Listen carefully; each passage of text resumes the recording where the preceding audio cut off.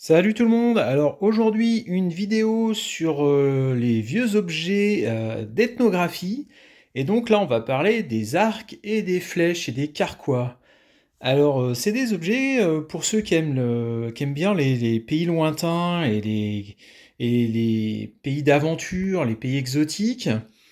C'est des objets qui sont très attachants, en tout cas qui sont très séduisants et qu'on peut trouver d'un peu partout, alors essentiellement d'Afrique et d'Amérique du Sud quand même. Donc là, c'est ma collection, elle vient de ces deux endroits. Et ce qu'on peut dire, c'est il y a deux choses à dire. Déjà, on peut en trouver pas mal pour pas cher. Donc ça peut être un début de collection très très sympa. Et puis ensuite, il y a la grande question de savoir si on a affaire à des objets pour touristes ou à des objets authentiques. Alors, on démarre tout de suite avec les objets, on va dire, authentiques. Ceux-là, on en est quasiment certain. C'est ceux qui sont faits comme celui-là, dans une queue. Vous voyez, ça a été fait a priori dans une queue d'animal, probablement un buffle. C'est du cuir. Alors là, il n'y a pas trop de questions à se poser. On a affaire à un objet authentique, d'autant plus que, vous voyez, il y a à l'intérieur, et ça c'est ce qui permet souvent de déterminer si on a affaire à quelque chose d'authentique. À l'intérieur, il y a des flèches. Alors je vais les prendre. Voilà, donc j'ai sorti les flèches. Donc vous voyez, il y en a une, deux, trois, quatre, dont une où la pointe a été complètement sortie de son manche en bambou. Et donc on voit qu'on a affaire à un objet qui est en fer forgé et qui est tout à fait traditionnel. Là, on n'est pas sur un truc pour touristes, hein. Sinon, il faudrait qu'ils fassent ce genre d'objet. Il aurait fallu que là en l'occurrence, c'est un objet africain. Enfin, faire ce genre d'objet juste pour les touristes, c'est quand même énormément de boulot, énormément de temps, des ressources en matière première. Bon, tout ça pour vendre un truc quelques euros, je suis pas sûr que ça vaille le coup. Donc là, on a quatre flèches qui étaient dans l'étui, et donc on a clairement affaire à un bel objet. Bon voilà, de toute façon il est fait avec un matériau traditionnel en cuir. Donc là c'est un super bel objet, et voilà, je l'ai acheté je me souviens plus très bien, mais pour pas très cher quoi. Pareil pour l'objet qui est derrière. Vous voyez là, il y a une vraie patine. Le cuir est ancien. Bon, là, on voit qu'il n'y a pas trop de questions à se poser. Et surtout, il y a encore deux flèches tout à fait rustiques et artisanales. Donc là, c'est des super beaux objets anciens, traditionnels. Alors celui-là, il manque le capuchon, mais c'est quand même un objet très très chouette.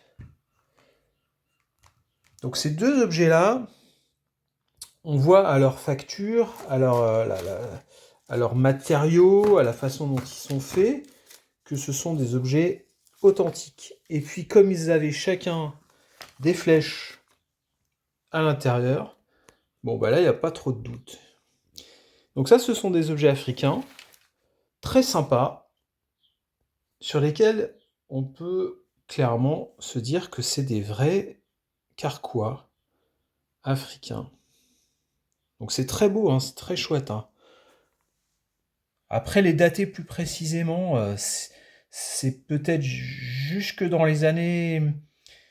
C'est peut-être avant-guerre, mais ça peut être aussi après, puisque l'utilisation des arcs et des flèches en Afrique, ça s'est prolongé quand même relativement tard. Et c'est là où il y a toute la question de savoir si on a affaire à des objets de touristes ou pas.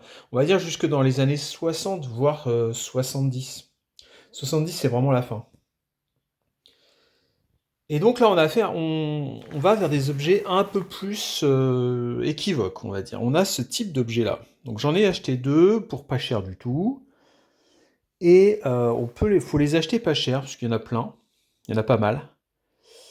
Et là, on pourrait se dire qu'effectivement, on a peut-être affaire à des objets pour les touristes, des objets des souvenirs en fait, voilà, de voyage. Ce qu'on peut appeler aussi l'art ou l'artisanat des aéroports. C'est ce qu'on a dit à un moment sur ce genre d'objet. Sauf que, en ce qui concerne celui-là, que j'avais déjà présenté dans une autre vidéo, vous voyez cet objet-là? Eh bien, à l'intérieur, il y avait des flèches également. Alors, je l'ai vraiment acheté pour pas cher, celui-là, peut-être pour 3 euros, quelque chose comme ça, 3-4 euros. C'était vraiment rien du tout. Et à l'intérieur, il y avait 3 flèches, vous voyez, qui sont exactement quand même sur le même mode de fabrication que celle-ci, hein, que j'ai trouvée dans ce vieux carquois. Donc là, on a affaire également à un travail très artisanal, très très joli, très chouette, hein. Mais si on a ce genre de flèche dans cet objet, il n'y a aucune raison de considérer que c'est un objet pour touristes, hein. Hop, donc vous voyez, trois pointes barbelées,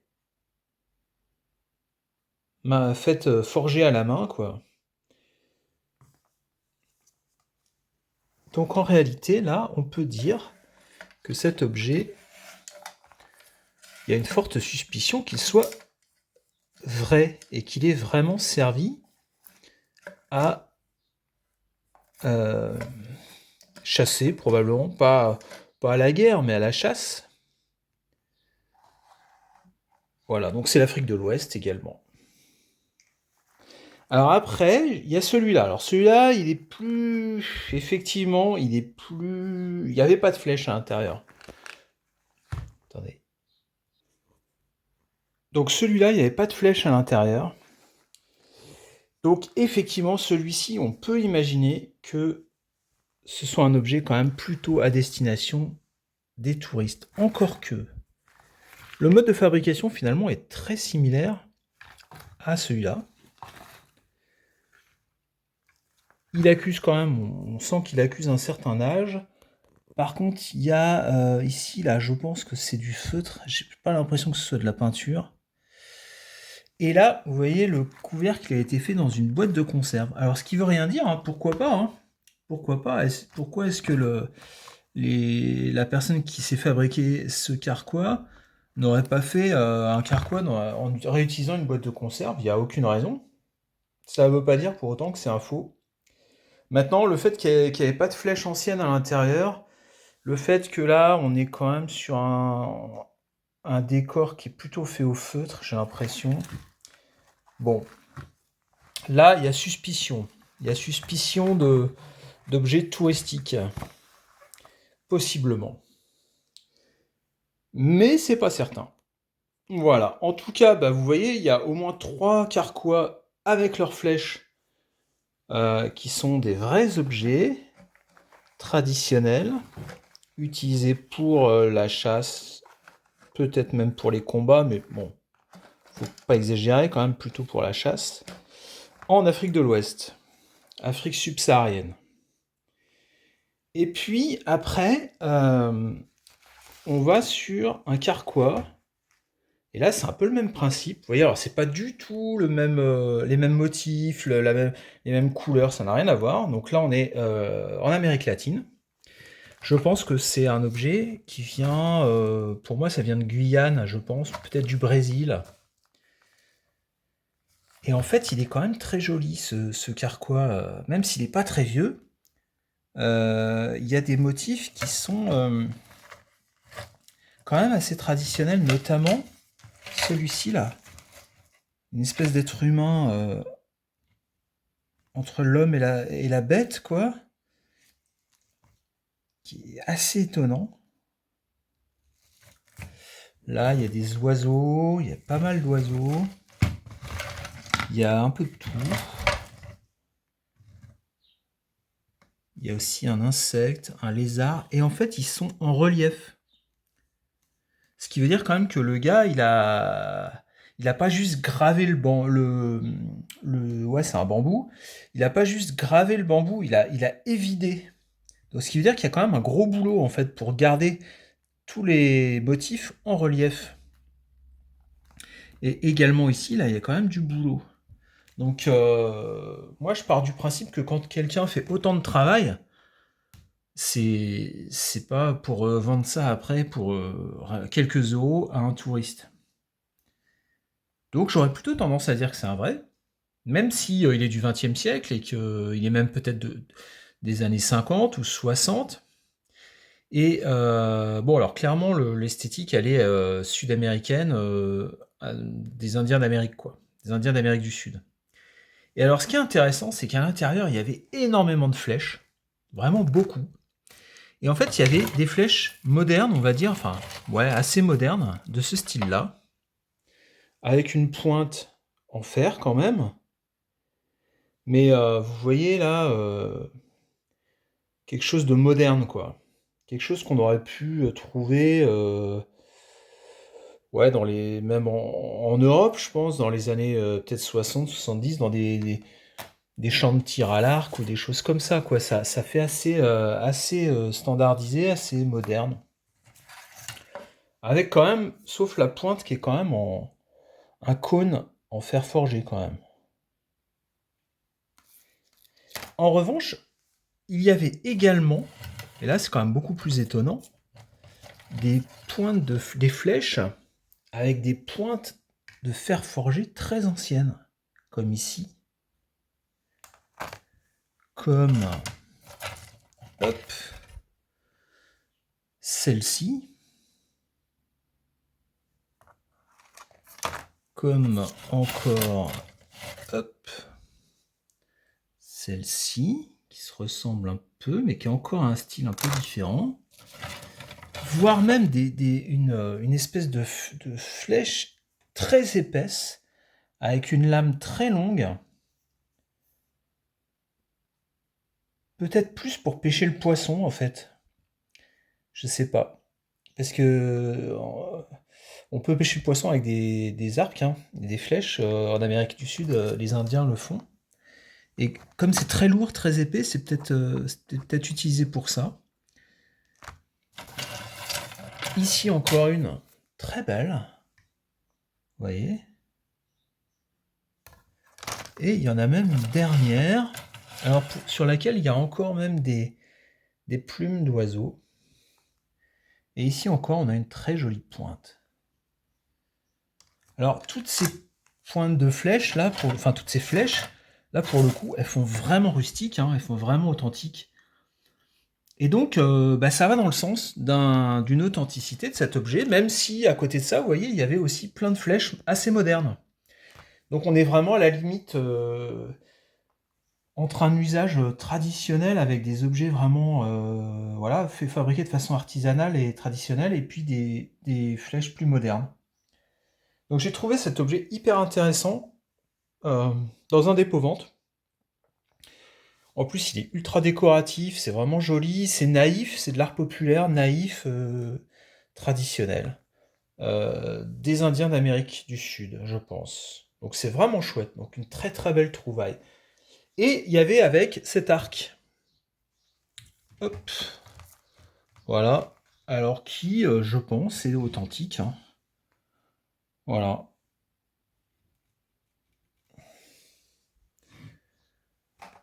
Hop. Je vous montre les deux extrémités. Voilà. La poignée.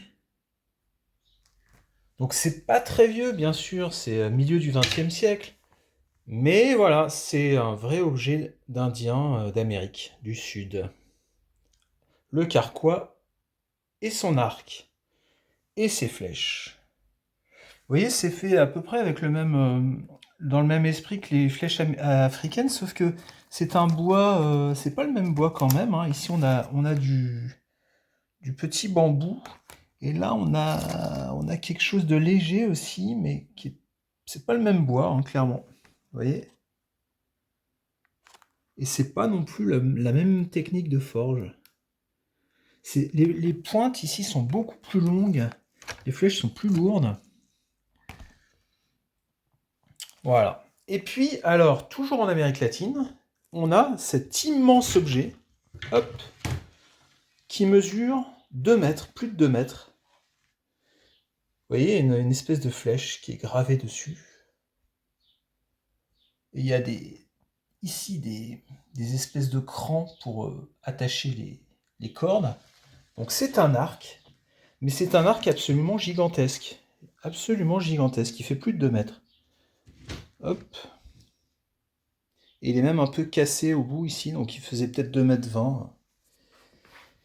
Et alors, quand je l'ai acheté, je me suis dit, bah ouais, visiblement c'est un arc, mais c'est pas possible, on peut pas tirer avec ce truc-là. Et en fait, je me suis documenté, et il se trouve que c'est des arcs qui étaient utilisés pour tirer avec les pieds. Hop, j'essaye de le prendre en grand, mais c'est super dur, parce qu'il est vraiment très très grand. Et en fait, les Indiens se couchaient sur le sol, et ils tendaient l'arc avec les pieds, et pour tirer les oiseaux qui volaient. Les vols d'oiseaux qui passaient dans le ciel. Donc c'est vraiment un objet, là pour le coup, qui est peut-être de la fin du 19e siècle. C'est un objet très très ancien, donc qui paye pas forcément de mine, parce que là, comme ça, bah, c'est un grand morceau de bois, un petit peu décoré, mais de façon très limitée, avec quand même une flèche ici, là. Mais en réalité, c'est un vrai bel objet ancien, très ancien d'ethnographie, pour un usage vraiment très documenté, qui avait surpris les voyageurs européens du 19e siècle. Cette façon de chasser les oiseaux dans le ciel en tirant avec les pieds donc très très loin, très très haut. Et avec certainement des flèches lourdes. Bon voilà, donc au final, enfin c'est pas fini, mais déjà un petit récap avec des objets africains, 3 authentiques, un qui prête plus à débat, beaucoup beaucoup de flèches, très très chouette, très jolie, qu'elles soient africaines ou d'Amérique, indien d'Amérique, des très belles flèches. Et puis 2 arcs d'Amérique latine. J'en ai pas acheté, j'aurais pu, parce qu'on en trouve de temps en temps des arcs africains. C'est vrai que je l'ai pas fait, parce que bon, au bout d'un moment, je sais plus trop quoi faire de tout ce bazar. Mais j'aurais peut-être dû, parce que ça aurait fait un bel ensemble. Mais bon, vous pouvez en trouver, franchement, ça intéresse pas trop, l'ethnographie et tout ça, donc ça se trouve pour pas très cher. Voilà. Et puis alors, je voulais vous dire, pour finir, vous voyez ici, il y a quand même un arc africain, celui-là, et non pas d'Amérique du Sud. Et c'est un arc mais qui n'est pas fait pour tirer des flèches, puisque vous voyez qu'ici, là, c'est pas du tout une corde, et c'est absolument impossible de se servir de cet objet pour tirer des flèches. C'est beaucoup trop fragile. Et donc cet arc n'est pas du tout un arc pour tuer des animaux ou des hommes, c'est un arc musical pour faire de la musique. C'est une espèce, c'est un peu à rapprocher en fait des guimbardes d'Europe. C'est-à-dire qu'en fait, on fait résonner cet objet là qui est pas métallique, qui est du bois, dans la bouche du musicien en tapant dessus avec une petite baguette. Et ça fait des ondes, ça fait des résonances et ça fait de la musique. C'est très sympa. Je vous recommande d'aller voir ça sur internet. Joueurs d'arc musical, notamment en Afrique. Et voilà, ça se rapproche vraiment de la guimbarde et c'est un objet, un instrument de musique traditionnel africain. Et donc dans certains musées, notamment le musée de La Rochelle, qui est un musée magnifique, hein, je vous recommande vraiment d'y aller. Pour l'ethnographie, les arts premiers et tout, ou même les sciences naturelles, c'est vraiment génial. Mais il est donné comme un arc. Il est donné, il y a le même pratiquement, mais qui est indiqué comme un arc, comme une arme, quoi. Alors que non, en fait, hein, c'est un instrument de musique. Voilà. Voilà, très bel objet. Donc un arc musical. Donc au final, eh ben, l'ethnographie, c'est génial. C'est trop émouvant, trop beau, trop classe. Euh, on en trouve facilement en provenance d'Afrique, également d'Amérique du Sud, avec nos liens avec la Guyane, avec voilà, des endroits comme ça. C'est possible d'en trouver. Voilà, donc là il y en a 2 exemplaires. Et donc les carquois, les flèches, Tout ça, ça forme un ensemble très très très sympa, avec toujours pour savoir si vraiment on a affaire à quelque chose d'authentique, ben, regardez bien les flèches. Si c'est du fer forgé, si elles sont faites comme ça, là, c'est que l'objet a servi, a priori, et il est authentique. Voilà. Hop. Allez, je vous dis à bientôt et bonne trouvaille à tous en brocante et en détection. Ciao, salut!